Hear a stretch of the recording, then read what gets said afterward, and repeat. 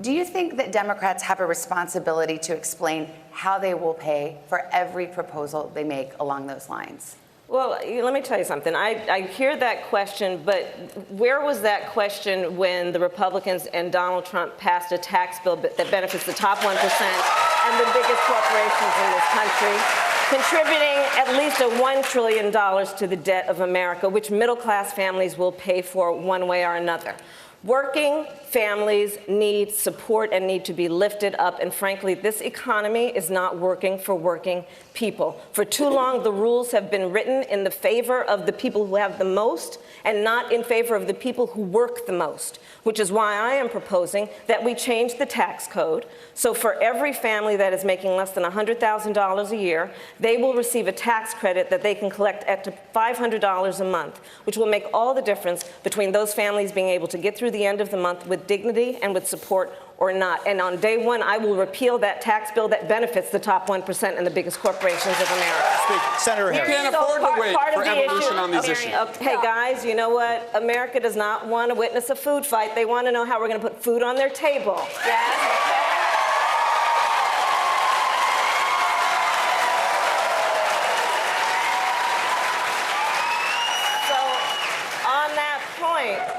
Part of the issue that is at play in America today, and we've all been traveling around the country, I certainly have, I'm meeting people who are working 2 and 3 jobs. You know, this president walks around talking about and flouting his great economy, right? My great economy, my great economy. You ask him, well, how are you measuring this greatness of this economy of yours? And he talks about the stock market. Well, that's fine if you own stocks.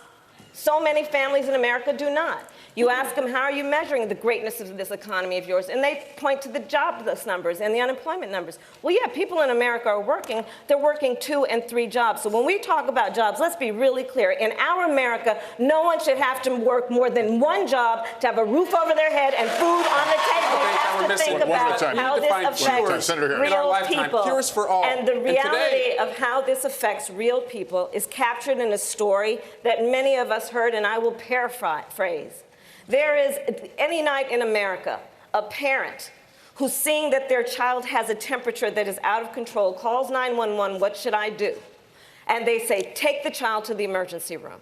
And so they get in their car, and they drive, and they're sitting in the parking lot outside of the emergency room, looking at those sliding glass doors while they have the hand on the forehead of their child, knowing that if they walk through those sliding glass doors, even though they have insurance, they will be out a $5,000 deductible when they walk through those doors. That's what insurance companies are doing in America today. We're going to continue this discussion. I wanted to put it in a myth about candidates, please. Senator Harris, last month, more than 130,000 migrants were apprehended at the southern border. Many of them are being detained, including small children, in private detention centers in Florida and throughout our country.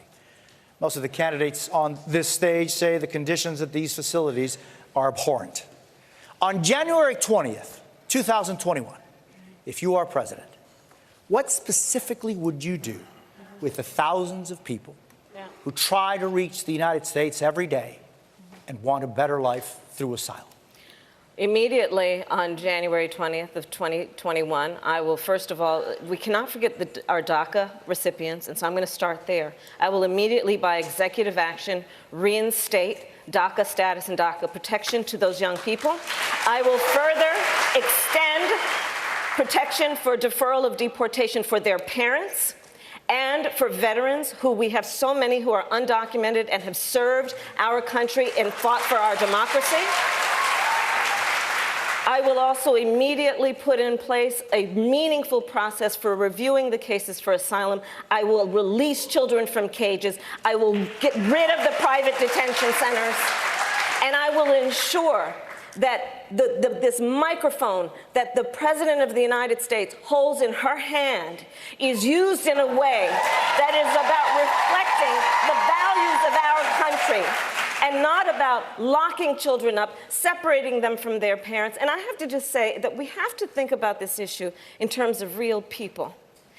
A mother who pays a coyote to transport her child through their country of origin, through the entire country of Mexico, facing unknown peril, to come here. Why would that mother do that? I will tell you. Because she has decided for that child to remain where they are is worse. But what does Donald Trump do? He says, go back to where you came from. That is not reflective of our America and our values, and it's got to end. Governor.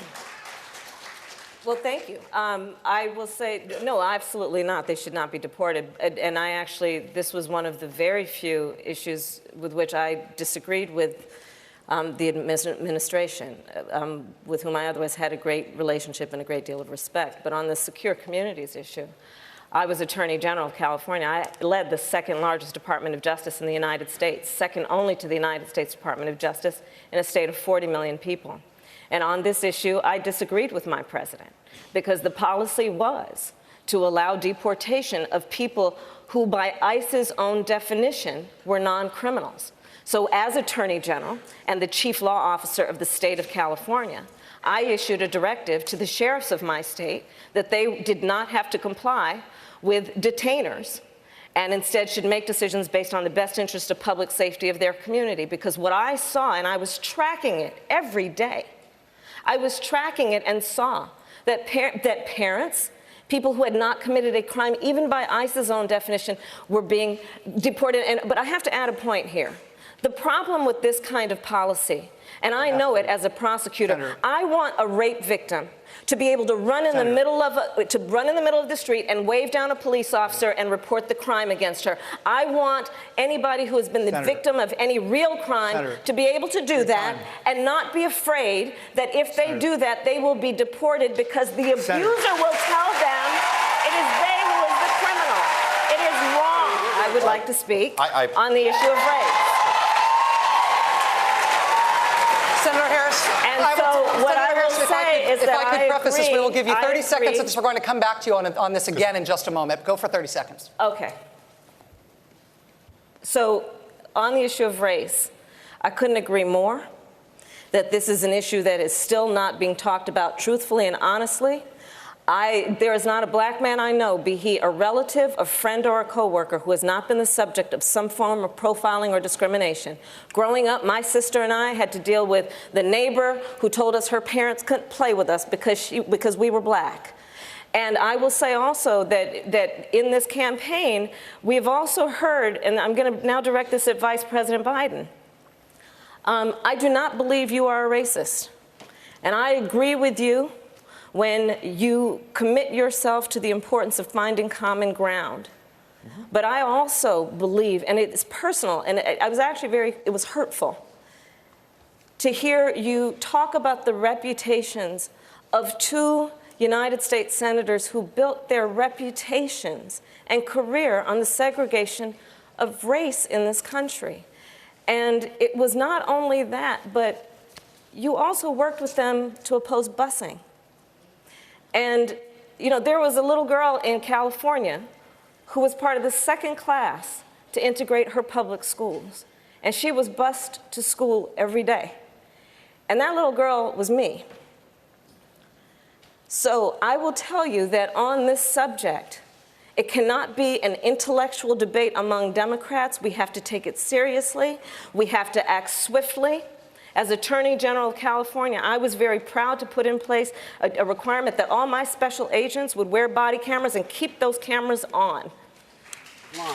But so the bottom line here is, look, everything I've done in my career, I ran because of civil rights. I continue to think we have to make fundamental changes in civil rights.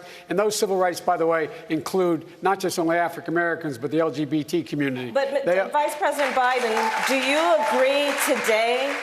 agree today that you were wrong to oppose busing in America then? No, do you agree? I did not oppose busing in America. What I opposed is busing ordered by the Department of Education. That's what I opposed. Well, there was a failure of states to integrate public schools in America. I was part of the second class to integrate Berkeley, California public schools almost 2 decades to Brown v. Board of Education. Because your city council made that decision. It was a local decision. So that's where the federal government must step in. That's why we have the Voting Rights Act and the Civil Rights Act. That's why pass the Equality Act. That's why we need to pass the ERA, because there are moments in history where states fail to preserve the civil rights of all people. I have supported the ERA. You live in a state that has been hit by drought, wildfires, flooding. Climate change is a major concern for voters in your state. It's pretty obvious. Obviously, this state as well. Last night, voters heard many of the candidates weigh in on their proposals. Explain specifically what yours is. Well, first of all, I don't even call it climate change. It's a climate crisis. It represents an existential threat to us as a species. And the fact that we have a president of the United States who has embraced science fiction over science fact will be to our collective peril. I visited, while the embers were smoldering, the wildfires in California. I spoke with firefighters who were in the midst of fighting a fire while their own homes